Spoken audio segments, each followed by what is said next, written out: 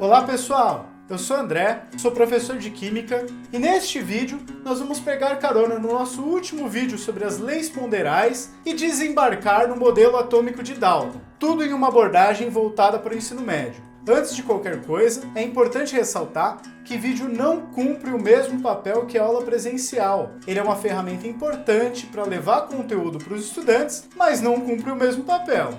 E se você não viu o nosso vídeo sobre as leis ponderais de Lavoisier e Proust, vale a pena dar uma olhadinha nele antes, porque neste vídeo nós vamos aprofundar um pouco no funcionamento do modelo atômico de Dalton e em como esse modelo é capaz de explicar microscopicamente a lógica por trás dessas leis. Bora pro conteúdo?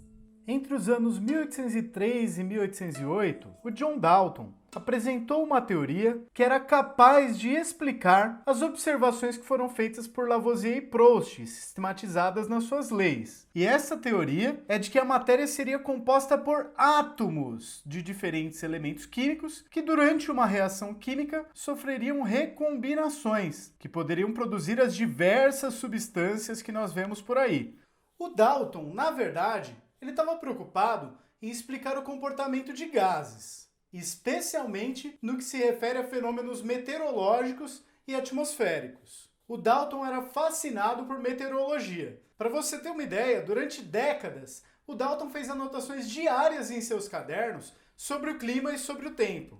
A ideia de átomo já tinha sido discutida anteriormente na Grécia Antiga, como nós vimos no nosso vídeo anterior, mas de uma forma um tanto diferente. E a palavra átomo propriamente dita pode ser dividida em duas partes. O A, que é um prefixo de negação, e a palavra tomo, que está associada à ideia de indivisibilidade, algo indivisível. Então o átomo, de acordo com o significado original da sua palavra, seria aquela parcela indivisível da matéria.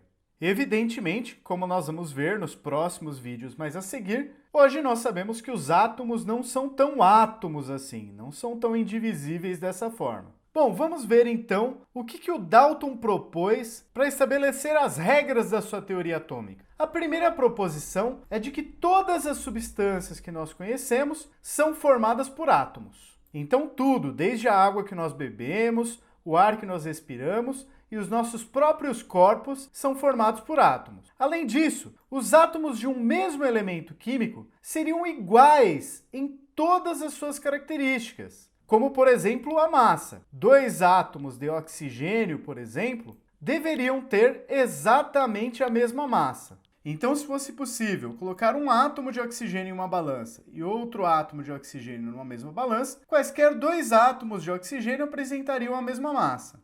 Só que isso não é possível. Na verdade, nós só conseguimos pesar de fato uma porção considerável de átomos. E foi isso que nos impediu, na época de Dalton, de perceber que existem sim variações de massa entre átomos de um mesmo elemento químico, como nós vamos ver mais para frente em vídeos sobre outros modelos atômicos mais recentes.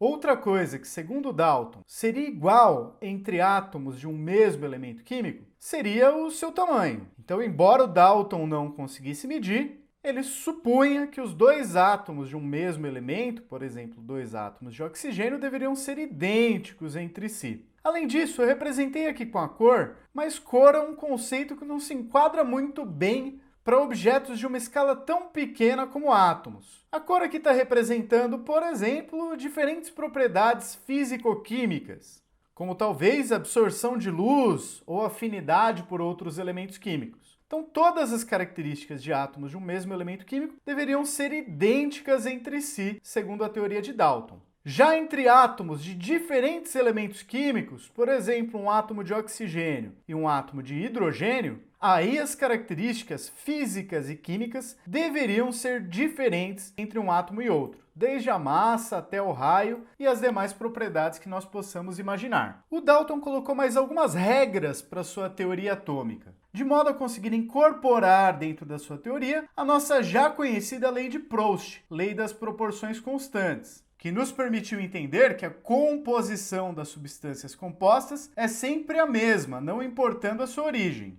E além disso, que as massas de reagentes e produtos que participam de uma reação obedecem sempre à mesma proporção se a reação química for sempre a mesma. E deu também uma nova cara, um novo entendimento para a nossa ideia de substância simples e substância composta. A partir da teoria atômica de Dalton, substâncias simples são aquelas que têm átomos de um único tipo de elemento químico, como por exemplo o que nós conhecemos hoje como gás oxigênio, O2. São 2 átomos de oxigênio, é uma substância simples. Já as chamadas substâncias compostas ou compostos químicos são formados por átomos de 2 ou mais elementos químicos diferentes, como por exemplo a água, que hoje nós sabemos que tem fórmula H2O, 2 átomos de hidrogênio ligados a um átomo de oxigênio.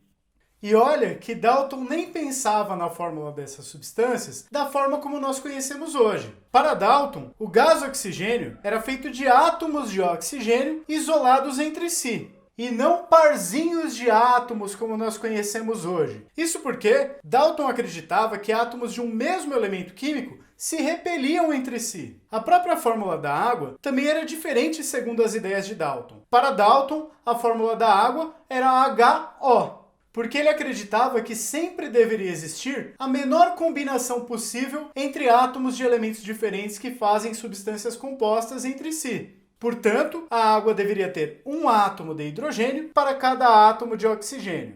Deste modo, se os átomos de elementos químicos diferentes se combinam sempre na mesma proporção para fazer uma certa substância composta, então, ao decompor a água, que nós sabemos hoje, tem 2 átomos de hidrogênio para cada um de oxigênio, sempre nós vamos obter a mesma proporção de gás hidrogênio e de gás oxigênio.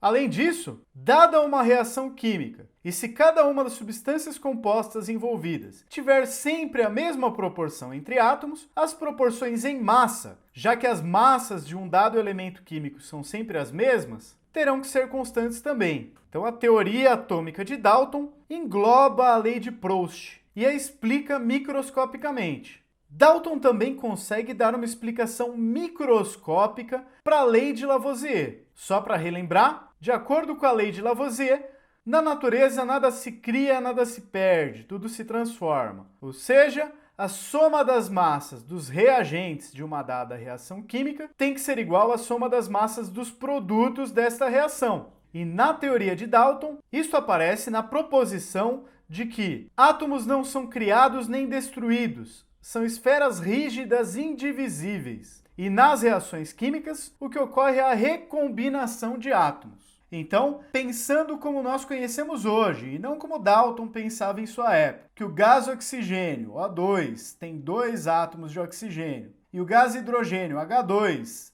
tem moléculas com 2 átomos de hidrogênio, a reação de síntese da água, formação da água a partir de gás oxigênio e gás hidrogênio, se dá da seguinte forma. Uma molécula de gás oxigênio, O2, reage com 2 moléculas de gás hidrogênio, H2, para formar 2 moléculas de H2O, de água. Vocês podem pausar o vídeo e contar as bolinhas se vocês quiserem. Só o que houve foi um rearranjo das bolinhas. Nós temos 1, 2, 3, 4 bolinhas brancas antes da seta, 1, 2, 3, 4 bolinhas brancas após da seta. 2 bolinhas vermelhas antes da seta, 2 bolinhas vermelhas após a seta. Novamente, como as massas dos átomos de um dado elemento químico a princípio seriam iguais entre si, independente da sua origem, e como as bolinhas não são nem criadas nem destruídas, ocorre a conservação da massa em toda e qualquer reação química.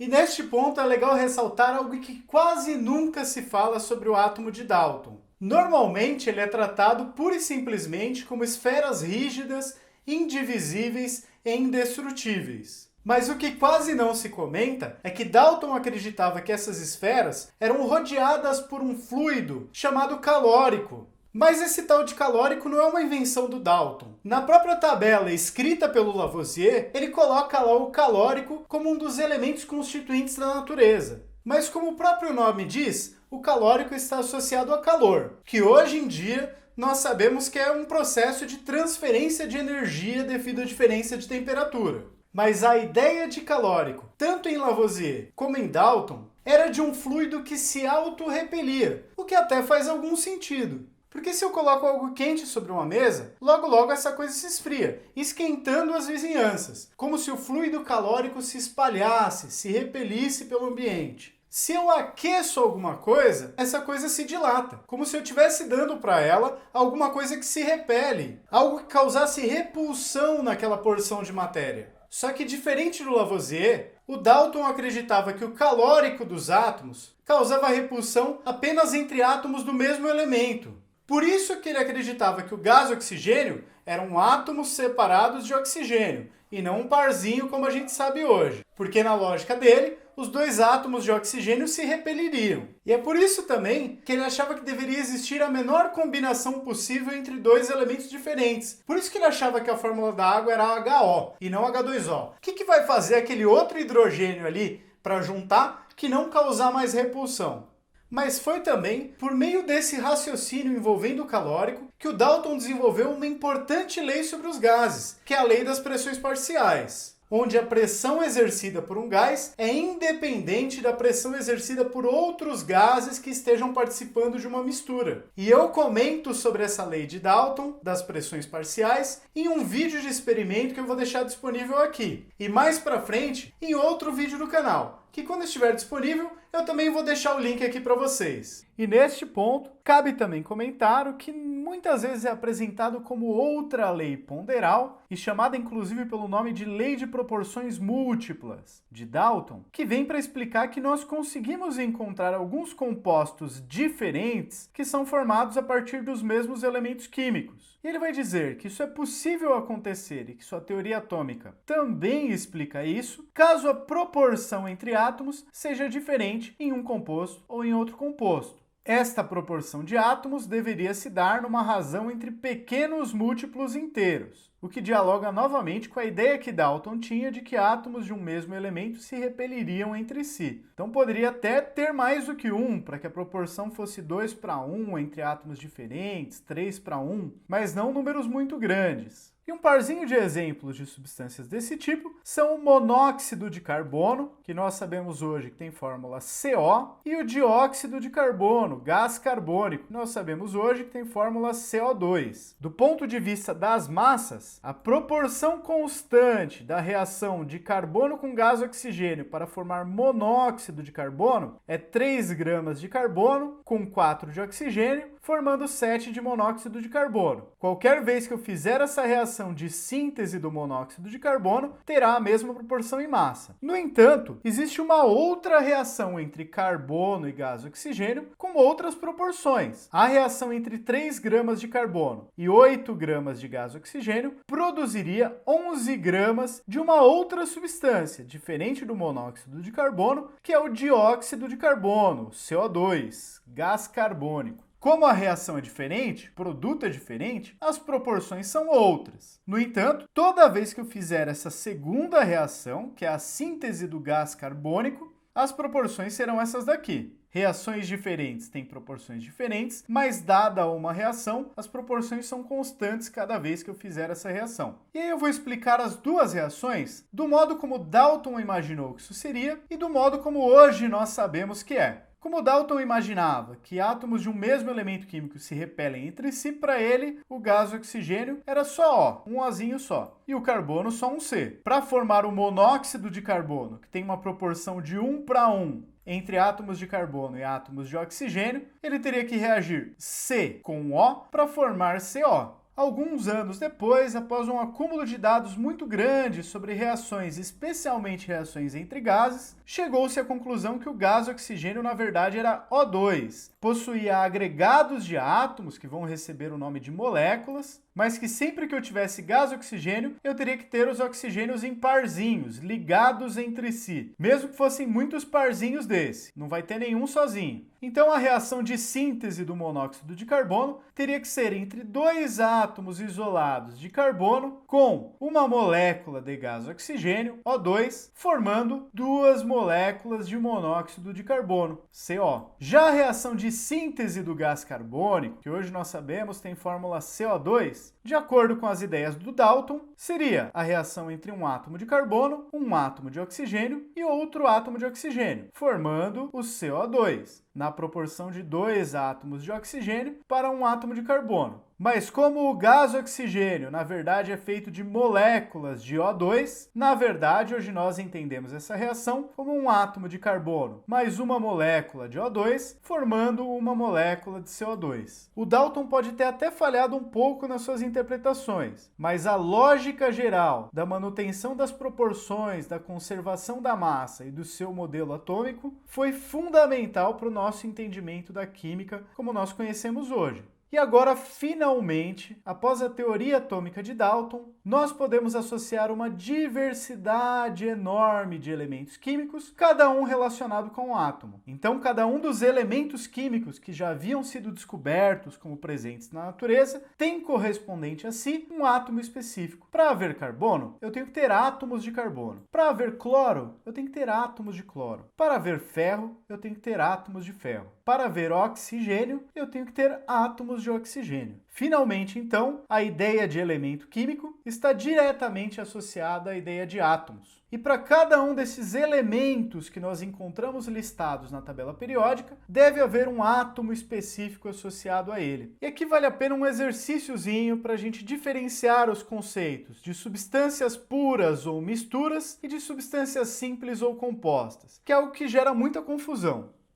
E aqui eu deixo uma dica para vocês. Quando eu faço essas duas perguntas, eu estou perguntando para dois objetos diferentes. Quando eu pergunto se eu tenho uma substância pura ou uma mistura, eu estou perguntando para o sistema, para cada um dos retângulos que estão representados ali no desenho. E a pergunta é a seguinte: sistema, tem uma única substância aí dentro de você ou tem mais de uma substância diferente? Quando eu pergunto se a substância é simples ou se a substância é composta, eu estou perguntando para cada agregadinho de átomos que exista ali dentro daquele sistema. Ou, se preferir, para cada molécula que tem dentro do sistema. E a pergunta é a seguinte: substância, você tem um único tipo de átomo? Você é simples? Ou você é composta por diferentes tipos de átomos, por átomos diferentes? E se você perguntar para o objeto correto, não tem como errar.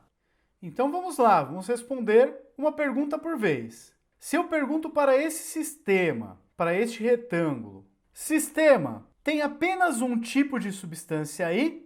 Ou tem mais de uma substância diferente? A resposta que eu poderia obter é que existem moléculas ou agregados de átomos deste tipo, que correspondem a uma substância, mas existem também moléculas ou agregados de átomo deste outro tipo, sendo, portanto, de outra substância. Então, quando eu perguntei para o sistema se tem uma substância ou se tem pelo menos duas substâncias diferentes, a resposta é: tem duas substâncias diferentes. Então é uma mistura. E aí, realmente, nesse sistema há uma mistura. Se, por outro lado, eu olho para cada uma das substâncias e pergunto o seguinte: substância, você aqui, você é simples ou é composta por átomos de diferentes elementos químicos? E aí, neste caso, essa substância é uma substância composta. Tem dois átomos diferentes, tem um branquinho e um cinza. Esta outra substância aqui, eu tenho que fazer a mesma pergunta. Ela é uma substância diferente da primeira. Ela é simples ou é composta? E a resposta é que ela é composta. Tem átomos branquinhos e tem átomos cinzinha no mesmo conjuntinho, no mesmo agregado de átomos. Então esta substância é composta e esta outra substância também é composta. Repare que se eu tiver mais de uma substância naquele sistema, eu preciso fazer a pergunta simples ou composta para as duas substâncias. Já se é uma substância pura ou uma mistura, é uma pergunta que eu faço para o sistema como um todo. Novamente no segundo caso, se eu pergunto: sistema, tem apenas uma substância aí ou tem mais de uma substância? A resposta nesse caso seria que tem apenas uma substância. Eu só tenho agregados de átomos do mesmo tipo, desse tipo que são duas bolinhas brancas e uma cinza. Duas bolinhas brancas e uma cinza, valendo igual para todas. Então, nesse sistema, há uma substância pura. Eu escrevi mistura aqui, mas está errado. Se eu pego esse terceiro sistema aqui e pergunto, sistema, retângulo, tem mais de uma substância ou tem apenas uma substância? Evidentemente, eu tenho duas substâncias diferentes. Essa que são duas bolinhas brancas e esta outra que são duas brancas e uma cinza. Então, nesse sistema eu tenho uma mistura. E nesta mistura existe uma substância que é simples. Então, simples ou composta, eu pergunto para cada substância. Substância, você é simples? Sim, essa substância é simples, tem apenas bolinhas brancas, apenas átomos do elemento branco. E esta outra substância é composta, tem átomos brancos e átomos cinzas. Substância simples, substância composta. Este penúltimo sistema, substância pura ou mistura, tem apenas moléculas que são parzinhos de átomos desse branquinho. É apenas uma substância. Então, no sistema há uma substância pura. Se eu pergunto para essa única substância que está aí, se ela é simples ou composta, essa substância é simples. Ela tem apenas um tipo de átomo na sua composição. Então, no sistema eu tenho uma substância pura e esta substância é simples. E por fim, neste último sistema aqui, eu pergunto para o sistema, tem apenas uma substância aí ou tem pelo menos duas substâncias diferentes? E neste caso, nós temos duas substâncias diferentes. Nós temos substância deste tipo aqui, que são dois átomozinhos do branco ligados entre si. Já esta outra substância, que são três átomos brancos ligados entre si, é uma substância diferente. Então, o sistema é uma mistura. Se eu perguntar para cada uma das substâncias, essa ou essa, se ela é uma substância simples ou é uma substância composta, nos dois casos nós temos uma substância simples. Tem apenas bolinha branca na sua formação. Então, no sistema há uma mistura e ambas as substâncias, tanto essa que são duas bolinhas, como essa que são três bolinhas, são substâncias simples.